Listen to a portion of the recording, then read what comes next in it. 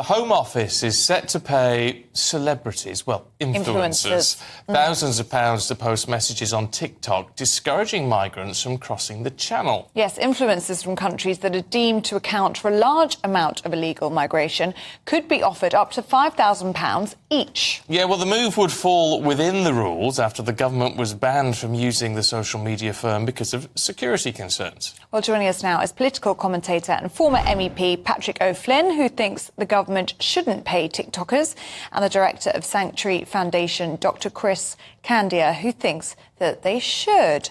So, Dr. Chris, let's start with you, shall we? And you think that this could actually work? I actually do. I'm in Albania right now, which is one of the countries that's targeted for this TikTok campaign. Albania is a fantastic country. It's beautiful beaches, lovely mountains to go and climb.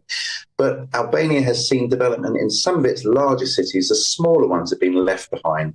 And that's where lots of the young people that have been coming to the UK on these small boats have been lured by TikTok campaigns from the grey market, from people trying to get them into grow houses to sell cannabis. So it makes sense to me that the government would use every communication tool possible to dissuade young people from getting on those dangerous boats, risking their lives, and then being criminalised and exploited in the UK. OK, Patrick, what's wrong with that? Well, I think in respect of Albania, which is one of the countries being lined up, it's shutting the stable door after the horse has bolted. I think between 2021 and 2023, something like 1 in 11 of all Albanian men came across to England. And since then, the government's got a returns deal going. So you've seen the Albanian numbers plummet anyway. But the other countries mentioned, Vietnam, Iraq, Egypt, Turkey, out of memory, for this budget of getting on for £500,000 of taxpayers' money. I see it as a gimmick, and it's mainly displacement activity, because there were some figures out yesterday from the independent Oxford Migration Laboratory that showed out of about 100,000 people crossing the Channel, only about 1,300 have ever been sent back, and most of them are indeed Albanians. So the truth is, and I do agree that these people tap into social media, but the truth is, if you come across and manage to land via the Channel illegally, you will get to stay, almost certainly. As far as we can tell so far, you won't be removed. You'll be in a country with an extensive welfare state, and your life will have been better by cheating. But forgive me, Patrick, that's the whole point of this, isn't it? You say shutting the stable door after the horse has bolted. This is a preventative issue. What they're trying to do. I don't think it's effective, because the reality will get back via other people, including successful illegal migrants who've already made it. And I think this is designed partly as an antidote to that. But the reality is, if you arrive illegally, not now from Albania, where we do manage to return people, but from almost any other country where significant numbers are coming from, you will almost certainly get to stay. You will almost certainly have a hotel room, and then you will almost certainly have further accommodation arranged for you, until the government manages to start returning people or sending them to other countries in large numbers. The pull factor will be there, and this, I think, is a waste of taxpayers' money. Dr. Krish?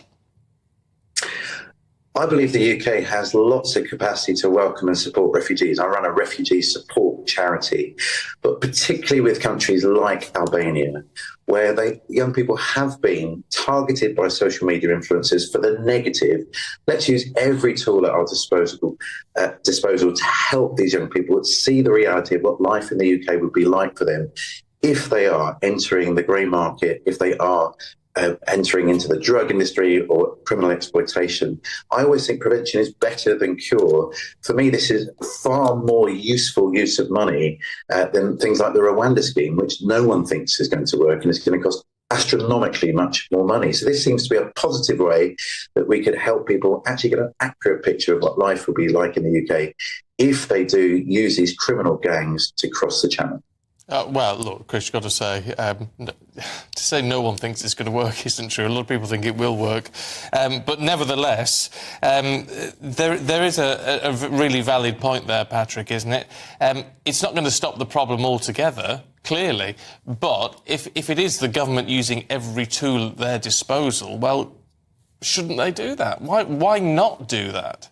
Well, I think it's a gimmick, and I think, there's a nettle to be grasped that lots of people say you can't grasp while we're still within the European Convention on Human Rights and its supervisory court in Strasbourg and other international agreements, right?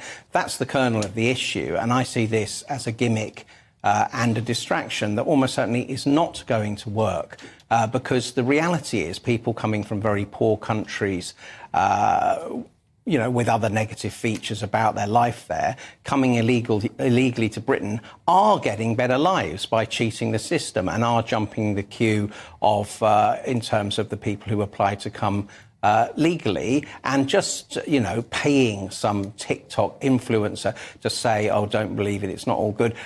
There'll be 100 other people who've already made the trip successfully and are not being removed. So I see it as a really quite tawdry waste of taxpayers' money. OK. Patrick, Krish, we've got to leave it there. Thank you very much indeed.